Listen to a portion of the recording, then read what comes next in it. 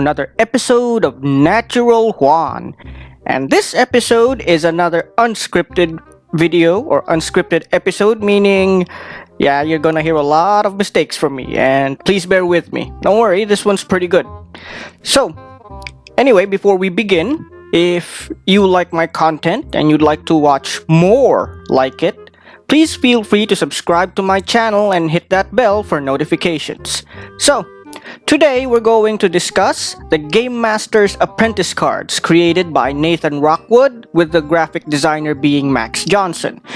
This GM emulator is designed by Larcenous Designs, as you can see here, and just like the other GM emulators I talked about, this is designed to help GMs make adventures quickly and sometimes even on the fly. Yeah, you can do that. You can make this thing on the fly. Or you can play a game without a GM entirely. You just need to have... it's just that some people need to advise on things or provide information on several occasions. Okay, so unlike most other GM emulators, the GM's Apprentice GM emulator is a deck of cards. A deck of 120 cards, if I'm correct. And it comes with adventure guides. That's to help along with how you actually use the cards. And besides the adventure guides, it also comes in several themes, from pirates, the Age of Sail, to steampunk, in the industrial age, to horror, sci-fi, and fantasy. So, but this is just the base deck, and I'm going to show you what a card looks like. See here? There you go. So, there's the likely odds. This is the... Anyway, let's start with one. Let's just follow the numbered rules, and I'll try to explain it as best I can. So first you have the difficulty generator. This is like when you want to know when you make an encounter with monsters or something. Now, it's similar to a D10, but instead of being completely random, you have more chances of getting a number from 4 to 7. Yeah, 4 to 7, and a less chance of getting numbers from 1 to 3 or 8 to 10, for example. This is so that if you want to run an encounter, you get a medium, I guess an average chance of meeting enemies, but there are ways around this, which I will explain in a later video. Now you have the likely odds. This is your answer oracle for the game. So, bad or unlikely, even, which is maybe, 50-50, good, which is likely. So yeah, see there? Yes, no, yes. But I'll also tell you guys that sometimes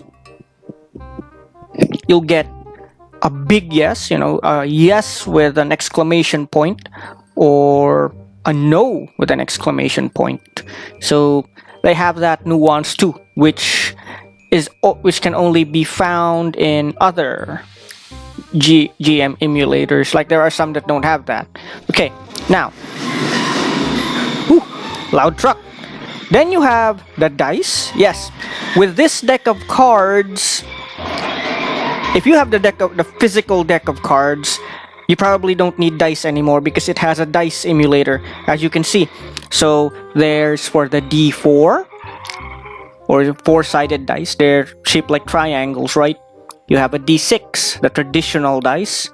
You have your D8, or 8-sided dice.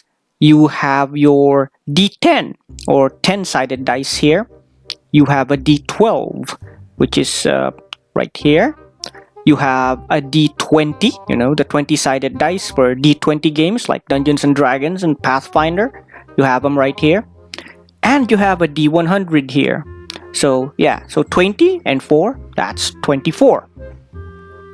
Then you have the Norse runes. These Norse runes, they turn these cards into something like tarot cards. For example, you want to know what happened to your character in their past. So you draw these, you look at these runes here, which will tell you what happened to them. Actually, this guide, and I think if you buy the physical copy, this guide comes with it. You'll see a guide for the runes, like you know what happens. Like maybe he used to be a farmer, or maybe he used to be a warrior. Maybe his farm, because of drought, his farm died, or maybe because there were too many children in his family, so he had to go out and adventure. You get stuff like that just using the Norse runes. It's kind of awesome, actually. Really reminds me of tarot cards. Then you have the elemental symbols. These come in 4. Like there's fire, earth, water, and wind, and each one can be assigned a different meaning. So the next one is random event generator. These are actually a set of 3 words, a verb, an adjective, and a noun. These are what help you create an adventure, or get ideas for an adventure. Like you could have a word that says difficult for the adjective, and then the noun comes out, house. So difficult house. Maybe the character is having problems, domestic problems. Maybe their parents are fighting over something. Maybe it's something as simple as they're fighting over the last potato chip or something. Or maybe a different problem in the home. Maybe their internal plumbing is busted, and there's a sewer leak. Oh, yuck. Anyway, that's how it's used. These words, the verb, adjective, and noun, you use them to create an idea. Later on, I will show you how this works. Then you have sensory snippets. So you have something that you hear. See there? He hears wet, choking coughs. There's the eye that represents things that the character sees. Movement beneath the surface. What could this be? Could it be a shark? A giant squid? Maybe a mermaid? Then you have the hand. That's a touch. Tactile sensations. A tear trailing down your cheek. And then there's the nose, which lets you smell things. See there? Stale feet. And just like the random event generator, you can use these senses to picture an idea of what's happening. Like maybe if they smell smoke and see bright light, maybe there's a fire. See? Next, you have tag symbols. Now, these are 10 symbols. I will go through them later. These are also there to give you ideas on what's happening. So the skull, usually that means death. The sun, which means daytime or maybe bright light. The moon, which can symbolize night or dim light. Then you have the scatter die. You have arrows. Actually, while there are only 10 arrows, there are actually 10 symbols for this. There's the directions of the compass from north, south, east, west, northeast, diagonally, southeast, southwest, and northwest. So you have that. And then you have the dash, it's a blank. And you have like a star, which kind of means, it can mean that you're where you need to be, or something happens to your map or something. Next, you have names. These are for generating the names of NPCs or even player characters. You have belongings, random stuff that you can find in the game. Next, you have location, a random location. Ooh, torture room, that's kind of scary. Okay, then you have the catalyst. You can use this catalyst to come up you can use this to come up with an idea of what happens. Like, for example, you want to start an adventure and you have no idea how to start. Draw a card and check the catalyst. The catalyst example provided here is enemies declare peace. See? You can start with that. You can say, for example, the orcs try to work out a peace treaty, and that's where your adventure begins. Maybe what you need to do is you need to help enforce this peace between orcs and the other races. Or maybe there's a sinister plot behind the peace treaty, and the orcs are actually just planning to take advantage of, the peace that's going on, and then they'll attack when people least expect it. Then you have the virtue and vice system. This also helps with the NPCs, creating NPCs. They'll have a virtue and vice. Or you can also use this to get a theme for your work. Maybe, again, with the orc peace treaty, maybe you have their wrath.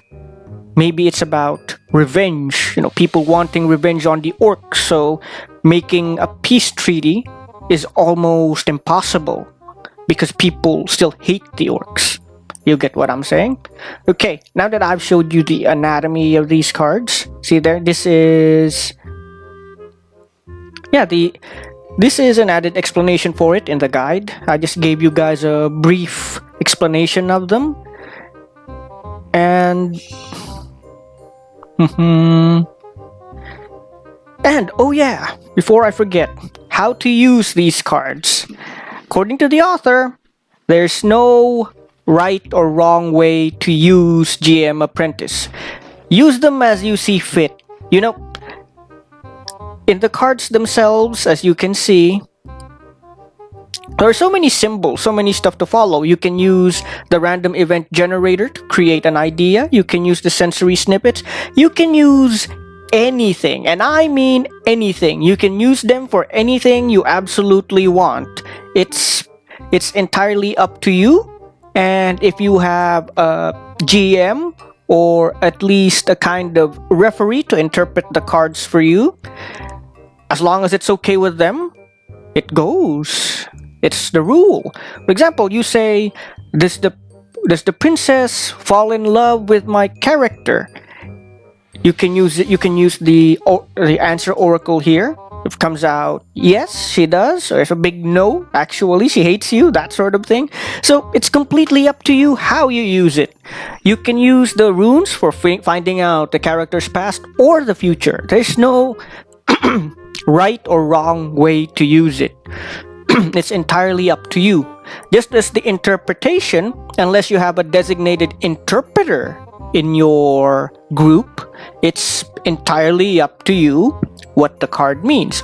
You can say eldritch, as in weird. Maybe since eldritch used to, its original meaning talked about elves, maybe it has something to do with elves.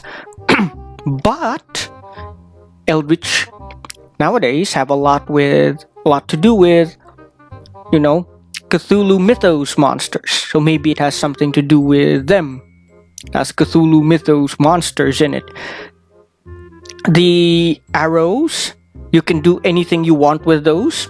You can use them as a compass, like I said earlier, or alternatively, you can use them as a clock. Yeah, like the arrow can be your time, and the different the burst or the star can be like high noon, and the blank can be midnight. See? It's all up to you how you use these cards. There's no right or wrong way to use them. You can also use the elemental symbols, the runes, the dice. It's all up to you. So here's the runes. There's actually a lot of them. There's upwards, I think, of 24 of them.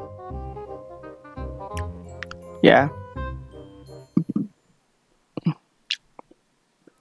Like 8 times 3. And yeah, and these are the symbols. So the tag symbols, you have the tower, the moon, the crown, the sword, the heart, the shield, the skull, the target, the sun, and the wand. So it's entirely up to you how you interpret all this. There's no right or wrong way to use it, as I said. And as Nathan Rockwood and the rest of Larcenous Designs will tell you, there's no right or wrong way to use them. And here we are with the cards. Now, you may be wondering, how do I actually use this in my games? Well, it's for me. Here's what I do. Let's bring up the dice. Remember, I know the way I use this game is a little funny, a little weird. What's happening to my dice app? Why isn't it opening?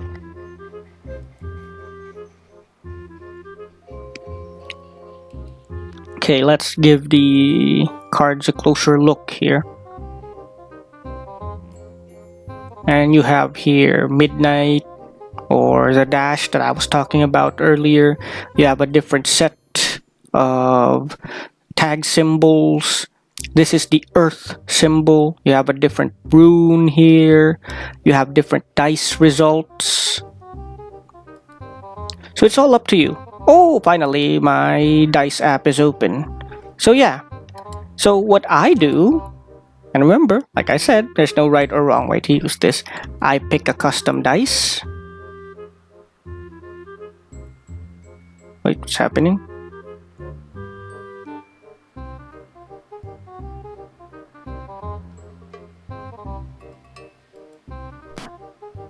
Oh, let's try it again. Sorry guys for the technical difficulties. So yeah, here we go. Here's my dice app. And I put in 120.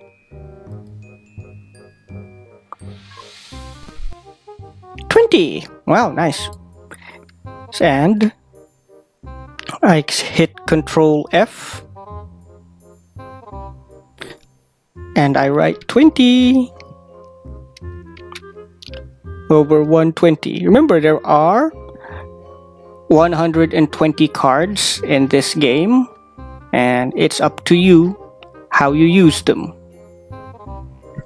Oh wait, there we go. So 20 over 120. I mean, normally you'd have the physical deck of cards in your hands and you shuffle them and draw cards. That's how it works. But this is how I do it, because all I have is this. Yeah, so I go to... There we go. Oops, not that one. That's 120 over 20. Here we go. 20 over 120. See? That's how I use this one. That's how I use the GM Apprentice cards for my games. I roll a custom dice with 120 sides. Okay, so anyway, I've told you about Larcenous Designs GM Apprentice by Nathan Rockwood, and next time I'll cover the different themes and maybe even demo them to you and the adventure guides for them. So anyway, I hope you enjoyed this video, and if you like stuff and if you liked it, if you enjoyed it, please feel free to like and share. And if you want more stuff like this, you can subscribe to my channel and hit that bell for notifications. So yeah, so that's it for this episode of Natural Juan. I'll be seeing you guys next time.